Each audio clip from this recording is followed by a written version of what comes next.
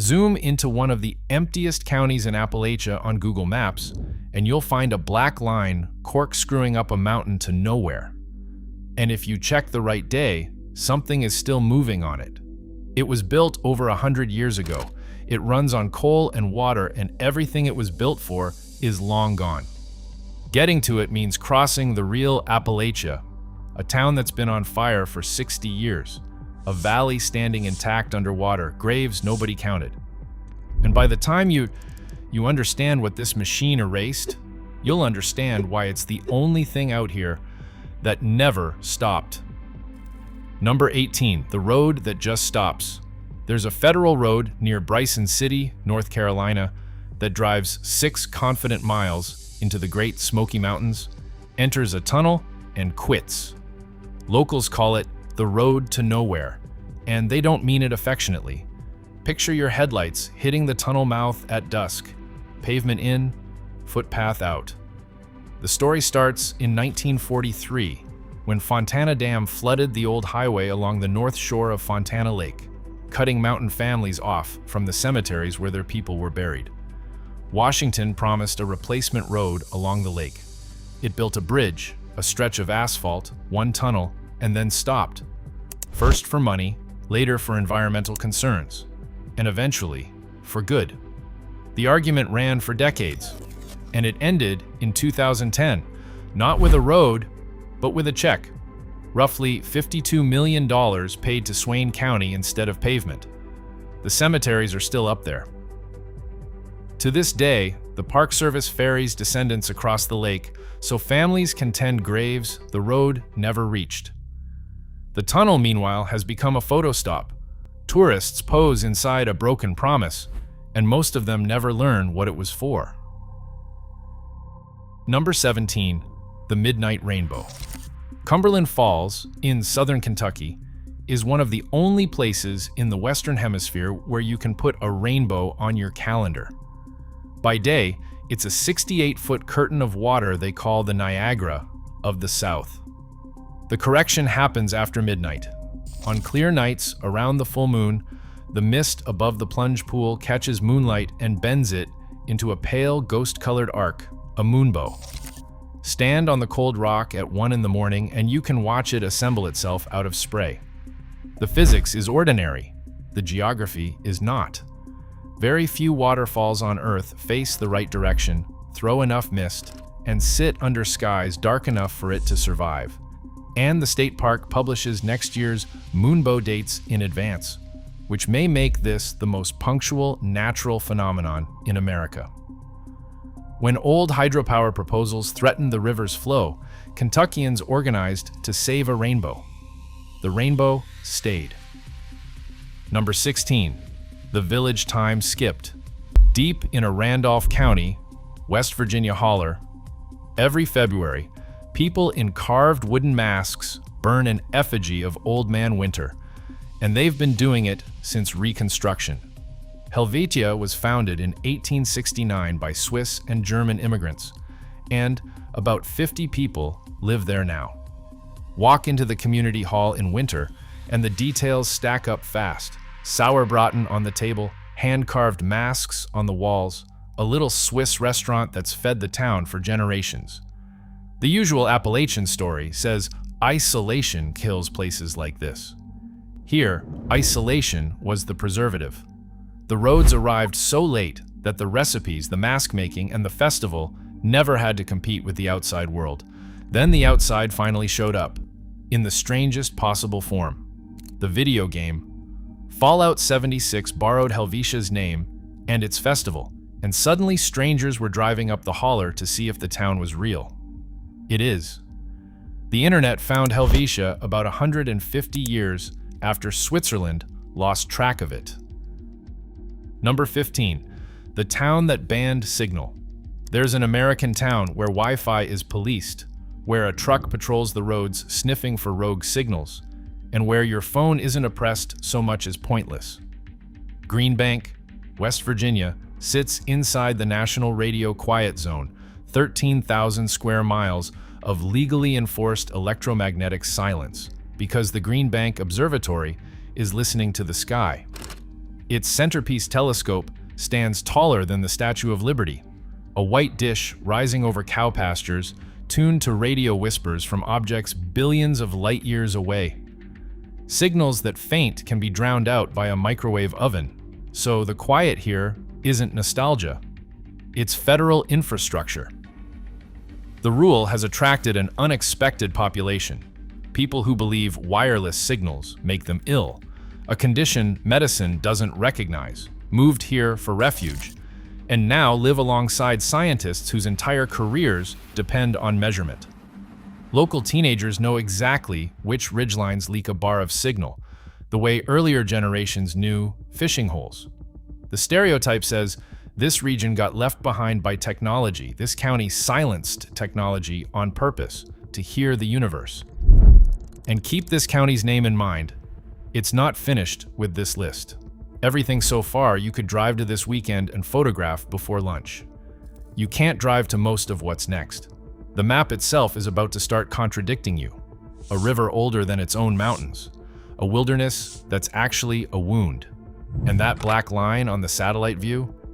It's waiting in the same quiet county you just left. Number 14. The river older than its mountains.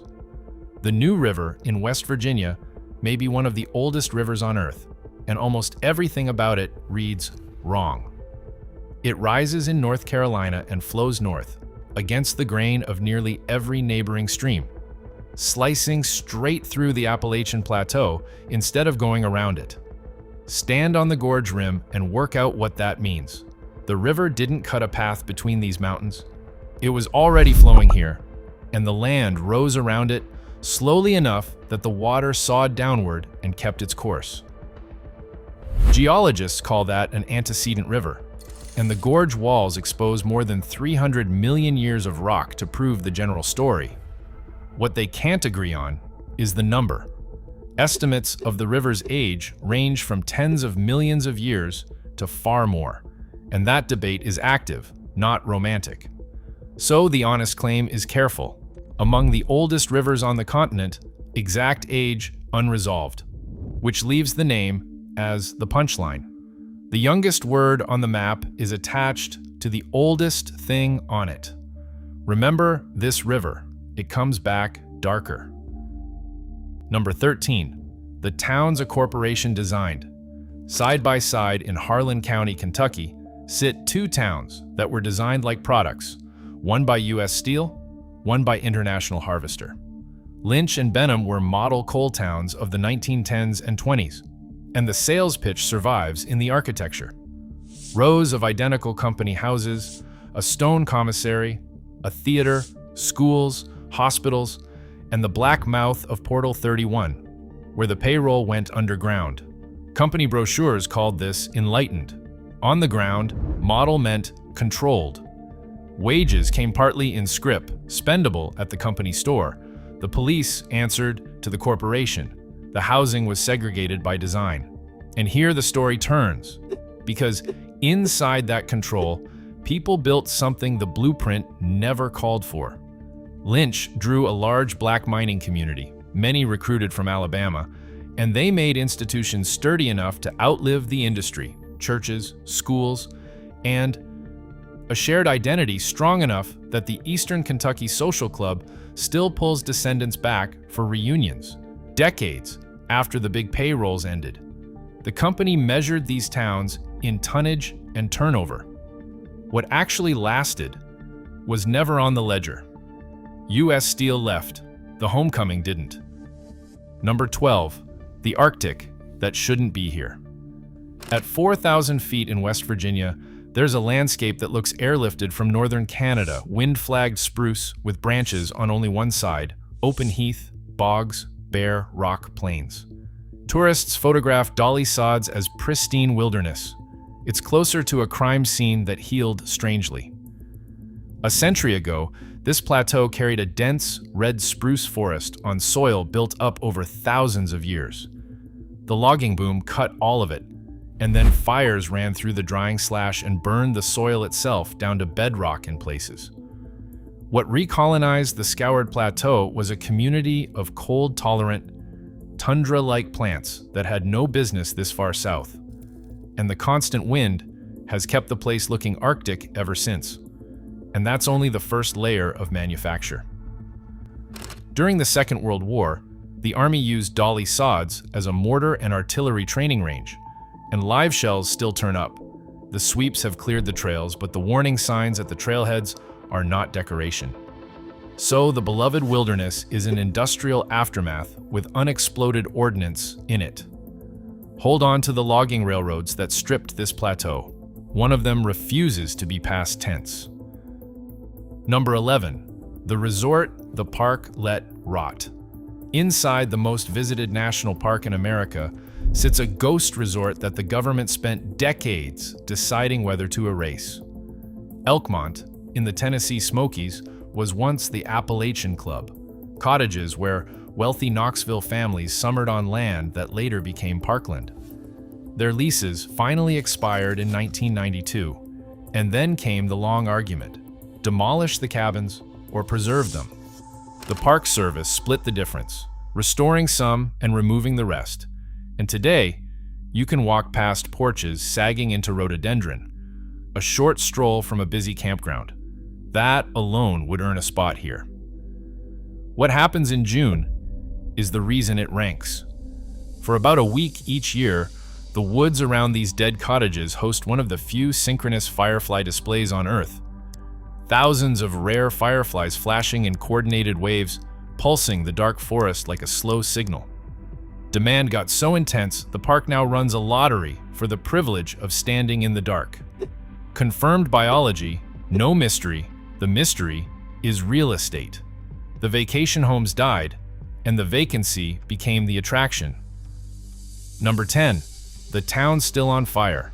The federal government once deleted a zip code because the ground beneath it wouldn't stop burning. Centralia, Pennsylvania sits in anthracite coal country, and in 1962, a fire at the edge of town, most accounts point to trash burning at the landfill, ignited an exposed coal seam. The seam ran under the streets. Every attempt to smother, flush, or trench the fire failed, and by the 1980s, steam was rising from cracked earth. A sinkhole nearly swallowed a boy in his own backyard, and carbon monoxide was seeping into basements. Buyouts emptied the town, the state condemned what remained, and the Postal Service revoked the zip code in 2002. Google Maps still shows the street grid, blocks and intersections with almost nothing on them. A handful of residents fought for and won the right to stay until they die.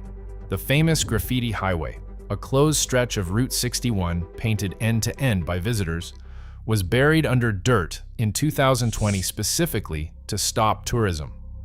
Estimates give the fire enough coal to burn for another century or more. The map remembers the town. The fire holds the lease. 9 places down, and every one of them you could still see with your own eyes. That half is over. What's next survives underwater, underground, and in graves nobody marked. And the machine climbing that mountain on the satellite map, the reason it exists, is buried in the same story as that scarred Arctic plateau you just heard about. Number 9. The Valley Under the Lake. 300 feet down in a South Carolina lake, divers can knock on the door of a lodge that's still standing. Lake Jocassee was created in 1973 when Duke Power dammed the valley for hydroelectric power, and from the surface, it's the postcard version of mountain water. Deep green, ringed by ridges, absurdly clear. The clarity is the tell. The water that filled Jocassee Valley was so deep and so cold that demolition was never completed. And Atakula Lodge, a valley hotel, went under upright. Technical divers have descended to its porch and documented the rooms. There's a stranger artifact down there too. A cemetery in that valley appears in the movie Deliverance, filmed just months before the flooding. The graves themselves were relocated, but the landscape in that scene now exists only on film and under 300 feet of water. The families who lived there were bought out and moved, and their valley became a recreation economy. Boaters ride across it all summer, and very few of them think about what the surface actually is. LED. Number 8. The forest dying anyway. Rangers have used explosives to fell trees inside a forest dedicated to the memory of trees, and it made sense. Joyce Kilmer. Memorial Forest in western North Carolina protects nearly 4,000 acres of true old growth. Tulip poplars 20 feet around, some standing since before the United States existed. The grove survived the logging era through timing and luck, and in 1936 it was dedicated to Joyce Kilmer, the poet who wrote Trees and died in the First World War. That's the known layer, the forest the saws missed. The reversal arrived on a bug almost too small to see. The hemlock woolly adelgid, an invasive insect, killed the great hemlocks growing among the giants, leaving towering dead trunks over one of the most walked trails in the region.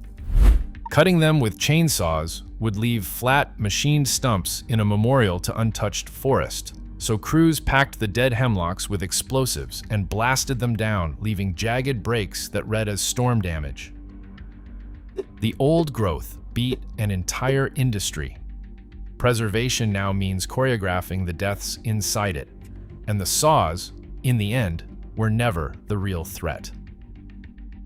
Number 7. The tunnel nobody counted.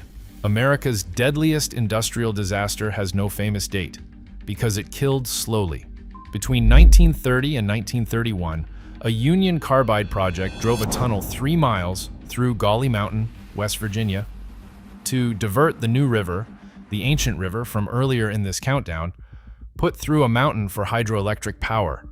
The rock turned out to be nearly pure silica. So pure the company mined it as product for its furnaces. The tunnel was drilled largely dry, and workers described dust so thick that headlights failed inside it. Breathing pulverized silica destroys the lungs, a disease that normally takes decades to develop. At these concentrations, men were dying within months. The workforce was Depression-era migrant labor, the majority of them black men, and when they died, many were buried unmarked. Dozens ended up in a field near Summersville, their graves unrecorded for decades. The toll is genuinely uncertain. A congressional hearing followed, and later research puts the deaths at around 764 or higher. The estimates vary because nobody was carefully counting at the time. That is the point. The tunnel still diverts the river and still generates power. The men who cut it got a memorial only in recent years, and the count will never be finished. Drowned, dying, buried, that's what the records hold, and the records are about to run out. What's left are the places where the explanations themselves fall apart. A monument nobody can date, meadows nobody planted, lights nobody has ruled on. And past all of it, still climbing, still burning coal, the one machine that outlasted every company and every collapse you've just heard. Number 6. The serpent nobody can date. The largest serpent effigy on Earth lies coiled on the rim of an ancient geological scar, and archaeologists disagree about its age by more than 1,000 years. Serpent Mound, in Adams County, Ohio, is an earthwork over 1,300 feet long. A snake with a coiled tail and open jaws, best read from the air, its head aligned toward the summer solstice sunset. The alignments are measured and accepted. The builders are not. One line of radiocarbon evidence points to the Adena culture, roughly 2,300 years ago. Another excavation return dates around the year 1070, pointing to the Fort Ancient culture. 2 serious digs, 2 incompatible answers, and the dispute is active in journals, not around campfires. The ground itself deepens the strangeness. The mound sits on a zone of violently disturbed bedrock, a structure geologists attribute to an ancient meteorite impact or a deep gas explosion, itself long debated, though the impact evidence has strengthened. Whether the builders knew they were placing a serpent on shattered ground is unanswerable. The most studied earthwork in America, surveyed since the 1840s, still declines to say who made it. Number 5. The animals without names. These mountains hold more salamander species than any comparable place on Earth, and the count isn't finished. The Smokies are called the salamander capital of the world, without much argument. The wet, ancient, never-glaciated ridges work like an evolutionary archive, where lungless salamanders, animals that breathe entirely through their skin, split into new species ridge by ridge, some living on a single mountain and nowhere else. Turn one wet log at night and you may be looking at an animal whose entire global range is under your boots. The park's ongoing project to catalog every living thing inside its boundaries has recorded thousands of species new to science in one of the most visited, most photographed landscapes in the country. New salamander lineages are still being described right now, even as the hellbender, a 2-foot river giant, quietly declines in silting streams. That's the correction hiding in the mud. The fully explored Appalachians were never fully counted. The oldest mountains on the continent are still introducing themselves. Number 4. The meadows nobody planted. Scattered along the high crest of the state line between North Carolina and Tennessee are treeless mountaintop meadows that shouldn't exist. These summits, Max Patch, Gregory Bald, and the Roan Highlands sit well below the elevation where climate stops trees. Yet, stand on one at 5,000 feet and you're in open grass, with forest ringing you on every side, and no visible reason for the gap. Science has candidates, not a verdict. Grazing by Ice Age. Megafauna may have opened them. Native peoples may have cleared and burned them. Settlers certainly ran cattle and sheep up here and kept them open. The problem is that each theory explains some of the balds, and none explains all of them, and nobody documented their origin before the question mattered. What is not in dispute is what happens next.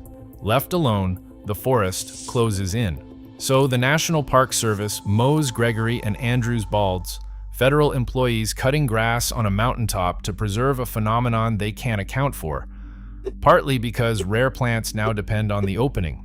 Read that plainly. Park rangers are landscaping a question mark, and it's the only way to keep the question alive. You've now left settled ground completely. 3 entries left, and each one answers the question this video asked: what's still out here and why? Light's 2 federal investigations couldn't close, a town of 5 people the government owns, and then that black spiral on the map. Still climbing, still on schedule, 100 years after the reason for it disappeared. Number 3. The lights without a verdict. The United States Geological Survey investigated these lights twice and solved only some of them. Brown Mountain is a low, unremarkable ridge near Linville Gorge, North Carolina, and since at least the early 1900s, with Cherokee and settler traditions claiming far longer, people have reported irregular glows drifting above it after dark. From the overlooks, witnesses describe lights that rise, hover, and vanish. The official investigations attributed most sightings to train lights, car headlights, brush fires, and atmospheric refraction bending distant lights over the ridge. And for most reports, that holds. Most is doing the work in that sentence. Accounts predating regional electrification are the stubborn residue. And modern camera studies run by university researchers have captured occasional events that don't match any cataloged source. Nobody credible is invoking ghosts. The leading candidates are refraction quirks and atmospheric effects that simply haven't been confirmed for the leftover cases. The old tradition of a grieving spirit searching the ridge stays labeled as legend, where it belongs. The honest scorecard after a century, mostly headlights, with an asterisk 2 federal investigations couldn't erase. Number 2, the town with 5 people. Google Maps shows a whole town here. The census counts about 5 people. Thurmond, West Virginia, sits deep in the New River Gorge, and a century ago it was one of the busiest stops on the Chesapeake and Ohio Railway. A brick commercial row, banks, hotels, and freight revenues that outran far larger cities in its peak years. Walk it now, and notice what's missing. There's no street in front of the downtown buildings. They face the tracks directly, because the railroad was the street. Thurmond didn't burn, flood, or get condemned. Coal traffic thinned, the passenger era ended, and the economy simply left, until the Park Service acquired most of the shell. The depot is restored, the commercial row stands intact and mostly empty, and a handful of holdouts live inside a national park. And here's the small absurdity that earns its ranking. Amtrak still stops at Thurmond, on request. A working train still pauses at a town that ended. Thurmond is what happens when the machine stops. Hold that thought for one more entry because the machine didn't stop everywhere. Number 1, the machine that never stopped. Zoom into Pocahontas County, West Virginia, the quiet county, the one where the telescopes listen, and there it is, the black line from the beginning of this video, corkscrewing up back Allegheny Mountain to the top of Bald Knob. Nearly 4,900 feet, one of the highest points in the state. Check the right day, and something is moving on it, trailing a smoke column you can see from neighboring ridges. That is a Shea locomotive, a geared steam engine built specifically to climb grades that would stall any normal train. Here, up to 11%. And this railroad is the answer to everything else in this countdown. Because this is why Dolly Sods looks like the Arctic. Lines exactly like this one hauled the red spruce off the high plateaus, and Cass was the company town built in 1901 to run the mill at the bottom of the mountain. When the timber ran out, Cass should have died the way Thurmond died.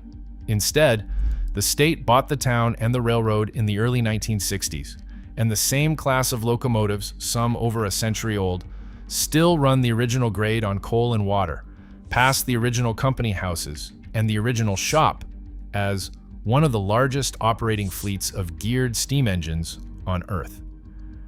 This is not a replica, and it is not a museum piece behind glass. Everything else on this list was drowned, burned, buried, disputed, or abandoned. The strangest thing in the middle of Appalachia is the piece of the old machine that simply kept its schedule.